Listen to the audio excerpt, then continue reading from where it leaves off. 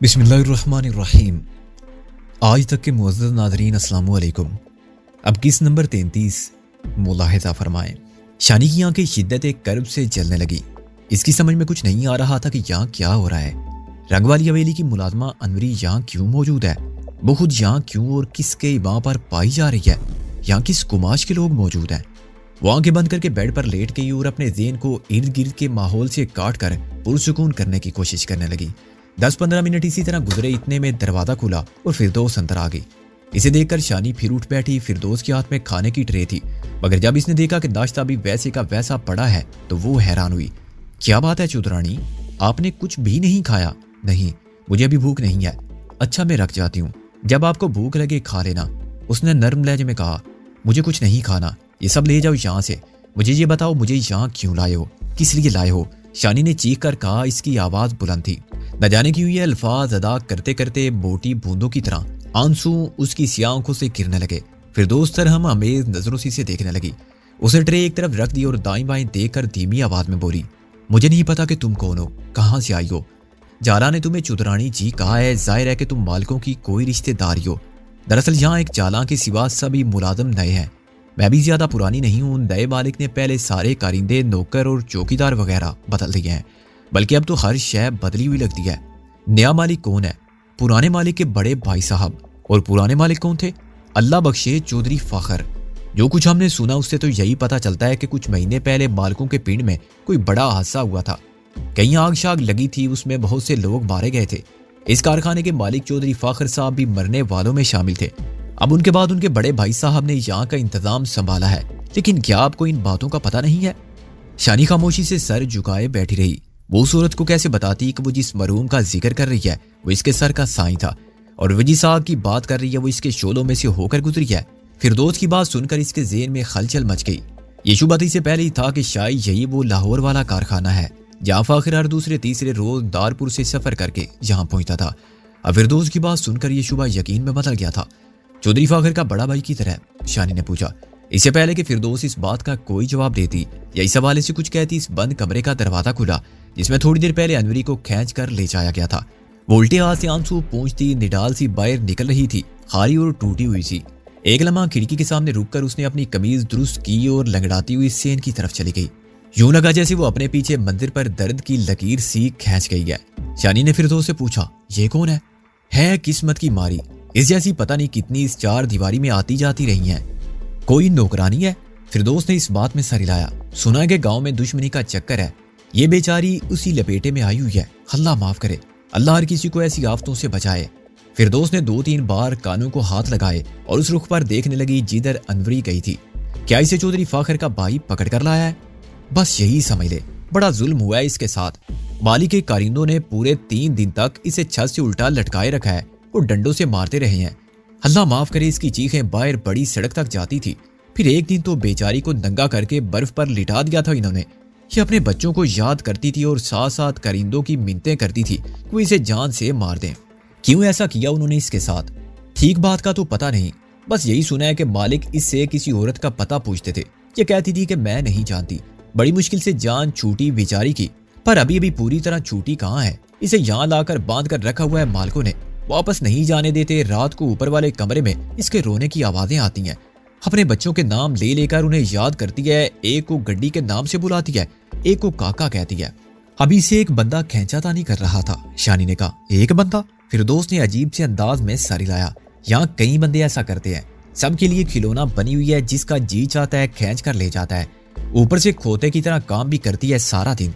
जरा इनकार करे तो जाला बालों से पकड़कर जमीन पर पटक देती है। पिछले जुमे की बात है, ये सारी रात अपने काके का नाम ले लेकर रोती रही, दुआई देती रही कि वो गांव में बीमार है, वो मर जाएगा। रात आखिरी पैर उसने यहाँ से भागने की कोशिश की, पर बेचारी को पता नहीं है यहाँ के इंतजाम कितने सख्त हैं। इस बेड़े से बाहर भी नहीं निकली थी कि पकड़ी गई। सुबह सवेरे जाला ने सबके सामने इसे इतना मारा कि बेहोश हो गई। चूल्हे में जलाने वाली पक्की लड़की जाला ने तोड़ दी इस पर। खब्बी टांग पर बड़ी सख्त चोट आई। 3-4 दिन तो टांग नीचे नहीं लगी बेचारी की। जाला इस हालत में भी उससे काम करवाती रही। बात करते करते फिरदौस एकदम चौंक गई, रुककर शानी की तरफ देखने लगी और बोली, देखो जी, मैंने ये बातें आपको बता तो दी हैं, पर आगे किसी को ना बताना, वरना मेरी बड़ी बुरी शामत आ जाएगी। ये जाला बड़ी करख्त है, किसी का लिहाज नहीं करती। नहीं बताऊंगी। शानी ने आंसू पोंछते हुए उसे तसल्ली दी। वो बोली, वैसे सच्ची बात यह है कि जो बातें मैंने आपसे की हैं इनमें आपका भी फायदा है। मुझे नहीं पता कि ये लोग आपको यहाँ किस लिए लाए हैं, पर लगता तो यही है कि ये आपसे भी कुछ पूछना पाछना चाहते हैं। अगर खुदा न खासा वाकई ऐसी बात है तो फिर मेरी आपको एक नसीहत है, आप इन लोगों के सामने किसी तरह की अड़ी जिद ना करें। जो कुछ ये पूछें साफ साफ बता दें, इसी में आपकी बचत है। मुझे नहीं पता कि इन लोगों के साथ आपका क्या रिश्ता है, पर जिस तरह ये आपको यहाँ लाए हैं और जिस तरह यहाँ रखा हुआ है, मुझे लगता है कि अगर आपने इनकी बात ना मानी तो ये आप पर भी सख्ती करेंगे। बातें करते करते अधेड़ उम्र फिरदौस एक बार फिर बुरी तरह चौंक गई। थोड़ा सा पीछे हटकर वो ध्यान से शानी को देखने लगी। उसकी आंखों में सोच की परछाइयां थी। क्या बात है, ऐसे क्यों देख रही हो? फिरदौस उसकी तरफ उंगली उठाकर बोली, सुना है कि मालिकों को किसी औरत की तलाश है, कहीं आप ही तो वो नहीं जिसे वो ढूंढते रहे हैं? शानी ने अपने चेहरे को सपाट रखा, मगर इसके सीने में शदीद खलचल थी। वो इसे कैसे बताती कि वो 100% दुरुस्त क्या फेल लगा रही है। शानी के लिए अब इस नतीजे पर पहुंचना ज्यादा मुश्किल नहीं था कि अनवरी यहाँ क्यों है और इसे मारपीट करके क्या मालूमात हासिल की जा रही हैं। अनवरी शानी की गहरी दोस्त, हमराज सेली, सकीना की दूर की रिश्तेदार भी थी। वो अक्सर सकीना के घर आती जाती रहती थी। धीरे धीरे वो शानी से भी बेतकल्लुफ हो गई। सकीना और शानी के दरमियान होने वाली अक्सर बातें किसी न किसी तरह अनवरी को भी मालूम हो जाती थी। लगता था कि अनवरी इसी मुहूम ताल्लुक की पादाश में रंग वाली से उठाकर यहाँ पहुंचाई गई थी। ये सब कुछ उस वाक़े के बाद हुआ जब लाहौर में शिकरा चशम जाला ने शानी को करीमपुरा के डाक खाने से बाहर देखा था और इसका पीछा किया था। यकीनन चौधरी को गुमान था कि शानी के बैके वाले इसके बारे में कुछ न कुछ जानते होंगे। फिरदौस की आवाज ने शानी को ख्यालात से चौंका दिया। वो कह रही थी, आपने मेरी बात का जवाब नहीं दिया। मुझे नहीं पता तुम किस सूरत की बात कर रही हो, शानी बोली। इससे पहले कि फिरदौस इस बारे में शानी को मजीद कुरीती, कहीं पास एक गाड़ी के इंजन की आवाज सुनाई दी। फिरदौस ने सब कुछ भूल बाल कर सीने पर हाथ रखा। हाय, मैं मर गई, मालिक आ गए। मैं चलती हूँ, उठकर खड़ी हुई। दरवाजे की तरफ 2 कदम जाकर वो फिर बूढ़ी और शानी से मुखातिब होकर बोली, जो बातें मैंने आपसे की हैं वो अपने तक ही रखना, मैं आपकी मिन्नत करती हूँ। शानी ने तसल्ली देने वाले अंदाज में इस बात में सर हिलाया। वो अपने कदरे फरबा जिस्म को तेजी से हरकत देती हुई बाहर निकल गई। अंदाजा होता था कि वो एक बातूनी औरत है। ऐसे लोग अपनी बसियार गोई की वजह से अक्सर मुश्किल में रहते हैं। शानी ने सेन के पास जाकर दाई बाई निगाह उड़ाई। सेन के गोशे में लैंड क्रूजर जीप की झलक नजर आई। पास ही एक गार्ड चौकस खड़ा था। यह जीप यहाँ पहले से मौजूद नहीं थी। इसका मतलब था कि अभी थोड़ी देर पहले शानी ने इस गाड़ी की आवाज सुनी है। शानी का दिल सीने में शिद्दत से धक धक कर रहा था। लगता था कि इस धक धक से इसकी पसलियां भी लर्ज रही हैं। फिरदौस ने कहा था कि मालिक आ गए हैं। अब ये मालिक कौन था और शानी के साथ किस तरह पेश आने वाला था, ये सवाल अहम थे। फाखिर का बड़ा भाई बशीर बाबू का शोहर था। उसका नाम बशीर अहमद था। वो कारोबार के सिलसिले में कतर और कुवैत में रहता था। ये इत्तफाक था कि अभी तक शानी से उसकी मुलाकात नहीं हुई थी।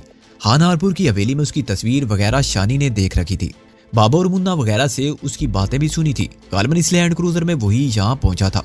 शानी की टांगे बेजान सी हो रही थी। वो ठंडे ठार सोफे पर बैठ गई।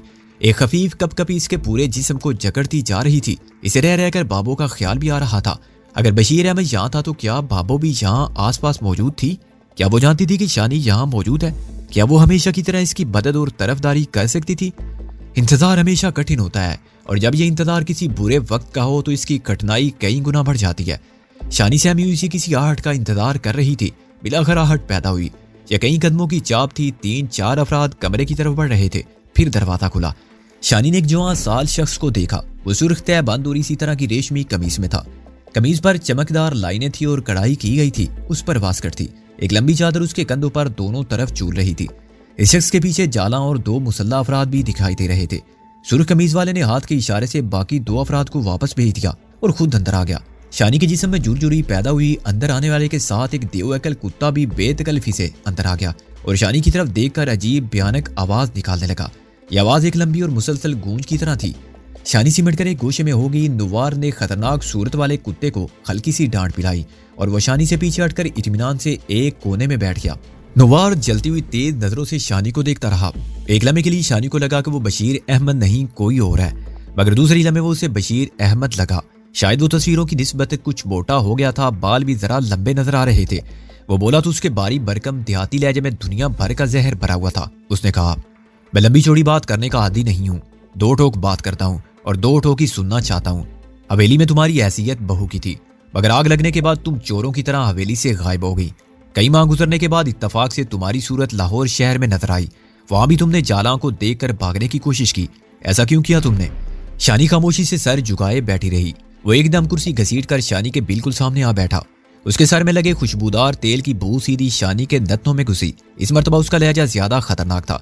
मैं तुमसे कुछ पूछ रहा हूँ महारानी, तुम हवेली से क्यों गायब हुई? किसके साथ गायब हुई और अब तक कहाँ रही? शानी के होंठ थर्रा कर रह गए, आंखों से आंसू गिरने लगे। अचानक उस करख्त शख्स ने सामने रखी हुई कुर्सी को इस जोर से टांग मारी कि लकड़ी की वजनी कुर्सी उछलकर दीवार से टकराई और उसके 2 पाए टूटकर दूर जा गिरे। एकल कुत्ता उछलकर खड़ा हो गया और शानी के ऐन सामने पहुंचकर गुर्राने लगा। उसकी दबंग आवाज से कमरे की दीवारें लर्ज उठी। शानी सहमकर दीवार के बिल्कुल साथ लग गई। इसके ऊँटों से दबी दबी कराएं निकल रही थी। कुत्ते का खौफनाक तालू उसके चेहरे से बस 3-4 फुट की दूरी पर था। उसके मुंह से निकलने वाली बदबूदार हवा शानी के जिस्म से टकरा रही थी। नुवार ने कुत्ते को एक बार फिर डांटा और वो जरा सा मचलकर दुम को गर्दश देता पीछे हट गया। वो शख्स जुनूनी अंदाज में बोला, शानी बीबी, तुमने सारी जिंदगी पीड़ में गुजारी है। तुमने गन्ने की गंडेरियां बनते देखी होंगी। मैं बंदे को ऐसे ही बिजली के टोके में से गुजार कर उसकी छोटी छोटी गंडेरियां बना देता हूँ। उसने अपने दाईं हाथ से अंगूठे और शहादत की उंगली से शानी को गंडेरियों का साइज बताया। उसकी बड़ी बड़ी आंखों में वहशतनाक सुर्खी थी। तो मैं क्या बताऊं? शानी ने कुत्ते की तरफ देखते हुए कहा, शुरू से लेकर आखिर तक और बेतरह के रुस्म सियाल से शुरू करो। उसका लहजा बदसूर जनूनी था। मैं समझी नहीं। तुम सब कुछ समझती हो शानी बीबी, बस हमको उल्लू बना रही हो। तुम्हारे लिए हम सब उल्लू के पट्टे खोते डंगर बगलोल हैं। उसने चलने में तवक्कुफ किया, फिर फुनकारती आवाज में बोला, रुस्तम और जाबर से क्या ताल्लुक है तुम्हारा? वो तुम्हें हवेली से कहाँ लेकर गए थे? कहाँ रखा है तुम्हें? शानी को अंदाजा हुआ कि ये शख्स अंधेरे में तीर चला रहा है। अगर वो ये कहता कि रुस्तम से क्या ताल्लुक है तुम्हारा, वो तुम्हें हवेली से कहाँ लेकर गया था, तो उसकी बात में ज्यादा वजन होता और ये वजन शानी को दहला देता। मगर वो रुस्तम के साथ उसके दोस्त जाबर का जिक्र भी कर रहा था। इसका मतलब था कि उसके सवाल की बुनियाद क्या है। शानी ने एतमाद से कहा, मैं नहीं समझी, तुम किन लोगों की बात कर रहे हो? मैं यहाँ से अकेली निकली थी और अकेली ही रही हूँ। बकवास करती हो तुम, बकवास। वो चिंगाड़ा, तुम्हारा नाता था उनके साथ। तुमने खुद उन्हें हवेली में बुलाया था। तुमने हमारे दुश्मनों के साथ मिलकर अपनी दुश्मनी चुकाई है। नारपुर में जो बर्बादी हुई है ना, वो तुम्हारी वजह से, सिर्फ तुम्हारी वजह से हुई है। तुम कातिल हो, तुम खून पीने वाली चुड़ैल हो। तुम्हें जिंदा जला दूंगा, मैं तुम्हें जिंदा जला दूंगा। उसके चेहरे पर और लहजे में जुनून के आसार नुमाया थे। मालिक को मुश्तइल देखकर कुत्ता फिर खड़ा हो गया। उसकी दुम तेजी से गर्दश करने लगी और सीने से होलनाक आवाज बरामद होने लगी थी। धमकाती हुई खून आशाम हैवानी आवाज शानी के रोंगटे खड़े हो गए और जिस्म जैसे पथरा कर रह गया। उसके सामने खड़ा गजबनाक शख्स सरतापा शोला नजर आ रहा था। सुर्ख तैबन, सुर्ख कुर्ता, सुर्ख चेहरा और अंगारा आंखें। फिर शानी ने फटी हुई नजरों से देखा, वो बेहद इश्तियाल के आलम में बगोले की तरह चकराता हुआ कमरे से निकला। कमरे से निकलकर दौड़ने लगा। उसका रुख लैंड क्रूजर गाड़ी की तरफ था। बेहद ही जानी अंदाज में उसने जीप का दरवाजा खोला और अंदर से आयल का एक कैबिन निकाल लिया। जीप के करीब मुसल्ला गार्ड भी यकायक चौकस और हैरान नजर आने लगा। शानी की निगाहों में कुर्बो जवार चकराने लगा। एक लम्हे के लिए इसने सोचा कि इस कमरे से भाग जाए, लेकिन सामने देखा तो देवहक्कल कुत्ता अपने मालिक की तरह गजबनाक था। वो बेतरह शोर मचा रहा था और शानी को 1 इंच भी आगे आने की इजाजत नहीं दे रहा था। खिड़की के बाहर से उस शख्स की जुनूनी चिंगार सुनाई दी। वो शानी को गलीज गाली देते हुए बोला, मैं इस डाइन को मार दूंगा, मैं इसे जिंदा जला दूंगा। शानी की दहशतज़दा नजरों ने देखा कि वो आयल का केन लेकर दौड़ता कमरे की तरफ आ रहा था। उसका बाएं हाथ वास्कट की जेब में गालबन लाइटर ढूंढ रहा था। चंद सेकंड बाद चमकीला लाइटर उसके हाथ में नजर आया। अब बस लम्हों की बात थी, वो किसी भी वक्त जान लेवा शोलों में गिर जाती। अचानक एक शख्स दौड़ता हुआ आया और उसकी राह में घायल हो गया। नहीं कादरे नहीं, उसने चिल्ला कर कहा, पीछे हट जाओ बशीर, ये हमारे खानदान की कातिल है, मैं इसे जिंदा नहीं छोड़ूंगा। नहीं कादरे, ये ठीक नहीं, छोड़ दो इसको। नवार ने सुर्ख कुर्ते वाले के हाथ से कैन छीनने की कोशिश की। वो मछली की तरह फड़कता रहा और खुद को दराज कद शख्स से छुड़ाने की कोशिश करता रहा। ये कशमकश कुछ देर जारी रही। सुर्ख कुर्ते वाला एक तरफ तो शानी की तरफ बढ़ने की कोशिश में था, दूसरी तरफ गजब के आलम में गला फाड़ फाड़ कर चीख रहा था, नहीं छोड़ूंगा, नहीं छोड़ूंगा। दराजकद शख्स के इशारे पर 2 मुसल्ला गार्ड ने सुर्ख कुर्ते वाले के हाथ से आयल केन छीना। दराजकद शख्स जिसे सुर्ख कुर्ते वाले ने बशीर कहकर बुलाया था, बिखरे हुए साथी को अपनी बाहों में लेकर धकेलता अंदरूनी कमरे की तरफ गया। कुत्ता शानी को मुसलसल हिरासा कर रहा था। उसने शानी को एक गोशे में यूं घेरा हुआ था कि वो अपनी जगह से हरकत भी नहीं कर सकती थी। उड़े रंग वाली फिरदौस ने एक गार्ड को उसकी तरफ मुतवज्जो किया। वो दौड़ता हुआ आया और उसने कुत्ते को पटे से पकड़कर शानी से दूर हटा लिया। शानी बेदम होकर सोफे पर ढेर हो गई। इसे यूं लग रहा था कि वो बेहोश हो जाएगी। इसकी कैफियत कुछ वैसी ही हो रही थी जैसे शादी के पहले रोज नारपुर की हवेली में हुई थी। वो ब्याह कर अपने नए घर में उतरी थी। औरतों के हुजूम ने उसे घेरा हुआ था। घुटन, खब्स और अनजाने खौफ के सबब वो अचानक नीम बेहोश हो गई थी। कमरे का दरवाजा बाहर से लॉक किया जा चुका था। अब वो एक बार फिर तनहा थी। इसका नाजुक दिल सीने में चिड़िया की तरह फड़फड़ा रहा था। वो दुश्मनों के दरमियान तनहा थी, कोई मददगार नहीं था। दुश्मन ही उस पर झपट रहे थे और दुश्मन ही उसे आर्जी तौर पर बचा रहे थे। अभी तक किसी अंदरूनी कमरे से गजबनाक अंदाज में बोलने की आवाजें आ रही थी। बहरहाल अब उन आवाजों में पहले जैसी जुनूनी कैफियत नहीं थी।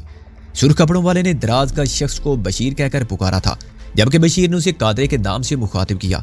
इसका मतलब था कि सुर्ख कपड़ों वाला जुनूनी फाखर का बड़ा भाई नहीं था। फाखर का बड़ा भाई वो था जो बाद में आया था और जिसने शानी को बचाया था। उसकी सूरत उन तस्वीरों के ऐन मुताबिक थी जो अब तक वो दारपुर की हवेली में देखती रही थी। सूरत-ए-हाल की इस नई करवट ने शानी के खौफ और इराज को किसी हद तक कम किया। इसे यूं महसूस होने लगा जैसे मौत कुछ देर के लिए ही सही मगर इस पर से टल गई है। चौधरी बशीर बाबो का शोहर था और अगर बाबो भी कहीं आसपास मौजूद थी तो फिर शानी की ये दरीना ख्वाहिश पूरी हो सकती थी कि वो किसी गम गुसार के सीने से लगकर बिलक बिलक कर रोए और बहुत देर तक रोए। वो सहमी बैठी रही और अपने सुबह गाम तकदीर के अगले कदम का इंतजार करती रही। ज़हन का खौफनाक तनाव जरा सा कम हुआ तो इसे कुछ और भी याद आने लगा। दारपुर के चौधरियों में से कादरे का नाम वो पहले भी 2-4 बार सुन चुकी थी। ये शख्स फाखर और बशीर का चच्चा जात था और दूसरों से ज्यादा गुसीला था। इसी ने अपने दादा चौधरी बैर की ख्वाहिश पूरी करते हुए चंद मज़ारों को बिजली वाले टोके में देकर कटवा दिया था। दारपुर के कुरुब जवार में ये बात बहुत मशहूर थी। शाम के साए तवील होने लगे थे, ठंड बढ़ती जा रही थी। शानी की निगाह बार बार कमरे के बंद दरवाजे की तरफ उठ जाती थी। इसके दिल में ये आस मौजूद थी कि अभी दरवाजा खुलेगा और बाबो मुन्ना वगैरह अंदर आकर इससे लिपट जाएंगे। आखिर कदमों की चाप सुनाई दी। ये भारी मर्दाना कदमों की आवाज थी। दरवाजे को बाहर से खोला गया और फिर दराज कामत चौधरी बशीर अंदर आ गया। उसे देखती पता चल जाता था कि वो फाखर का बड़ा भाई है। चौधरी बशीर कलफ लगी सफेद शलवार कमीज में था। माथे पर से बाल उड़ने की वजह से पेशानी चौड़ी थी। उसकी वास्कट की जेब में पार्कर का कलम नजर आ रहा था। दरवाजा भीड़कर वो शानी के सामने बैठ गया। गंभीर आवाज में बोला, तुम्हारी शादी के 3 दिन बाद ही मैं कुवैत वापस चला गया था। हो सकता है कि तुम्हें पता ना हो कि मैं कौन हूँ। पर मैं जानती हूँ, शानी ने ओले से कहा। वो बोला, मकबूल यानी बाबू खत में तुम्हारा जिक्र करती रहती थी। फिर जब टेलीफोन लगा तो मजीद बातों का पता भी चला। मैं बाबू और मुन्ने से आपके बारे में पूछती रहती थी। इस मुख्तसर तारुफ के बाद चौधरी बशीर ने खनकार कर गला साफ किया और उसकी आवाज में वही भारीपन आ गया जो फाखर की आवाज में गुस्से और बेगानगी के वक्त आया करता था। वो बोला, शानी कादरा सख्त गुस्से में है और बात सिर्फ कादरे की ही नहीं। अगर बिरादरी में पता चल जाए कि तुम जिंदा हो और हवेली से निकल जाने के बाद अब तक छुपती फिरती हो तो सब इतने ही गुस्से में नजर आएंगे। वो सब तुमको दुश्मन की बेटी के तौर पर जानते हैं। वो हवेली में होने वाली तबाही का नाता जरूर तुम्हारे साथ जोड़ेंगे। ये नाता जोड़ने के बाद उनके दिलो दिमाग की जो हालत होगी उसका तुम अंदाजा नहीं कर सकती। वो देखते ही देखते तुम्हारा कीमा बना डालेंगे। शानी की आंखें आंसुओं से भर आई। चौधरी बशीर बगौर इसकी तरफ देखने के बाद बोला, जो कुछ वो सोचेंगे और जो नतीजा निकालेंगे वो कुछ ऐसा गलत भी नहीं होगा। हालात जिस रुख पर इशारा कर रहे हैं वो तुम्हारे तसव्वुर से भी ज्यादा खतरनाक है। शानी सर झुकाए खामोशी से सुनती रही। आंसू बूंदों की तरह इसकी झोली में गिरते रहे। चौधरी बशीर ने कदरे शाइस्ता अंदाज में जेब से सिगरेट निकाल कर सुलगाया और बात जारी रखते हुए कहा, मैं समझता हूँ कि मैं अपने रिश्तेदारों से कुछ मुख्तलिफ हूँ। मेरी सोच का अंदाज भी थोड़ा सा जुदा है। उसके बावजूद तुम्हारे बारे में मेरे ज़हन के अंदर भी कई खतरनाक सवाल उठ रहे हैं। तुम इन सवालों के जवाब देना पड़ेंगे वरना शायद मैं भी तुम्हारे लिए कुछ ना कर सकूं। सर्दी बढ़ती जा रही थी। उजाला देखते देखते शाम के परों में ओझल हो गया था। कहीं आसपास ही रखवाली के देवकल कुत्तों की मौजूदगी का एहसास हो रहा था। बशीर ने गहरा सांस लेकर धुआं छत की तरफ छोड़ा। उसकी घनी मूंछों के नीचे से निकलकर उसकी गूंजदार आवाज शानी के कानों से टकराई। जाला का कहना है कि जिस वक्त हवेली में आग लगी थी तुम दादाजी के कमरे में मौजूद थी। दादाजी पिछले कुछ दिनों से तुमसे सख्त नाराज थे। उनके मना करने के बावजूद फुलवारी में जाती थी और इस तरह की कई और शिकायतें भी उन्हें तुमसे पैदा हो चुकी थी। क्या यह सच है? दादा ने मुझे फुलवारी में जाने से मना किया था और खुदा गवाह है कि उसके बाद मैं नहीं गई। लेकिन यह सच है कि दादा मुझसे नाराज थे, बहुत नाराज थे। मुझे नहीं पता कि ऐसा क्यों था। शानी की आवाज भर्राई हुई थी।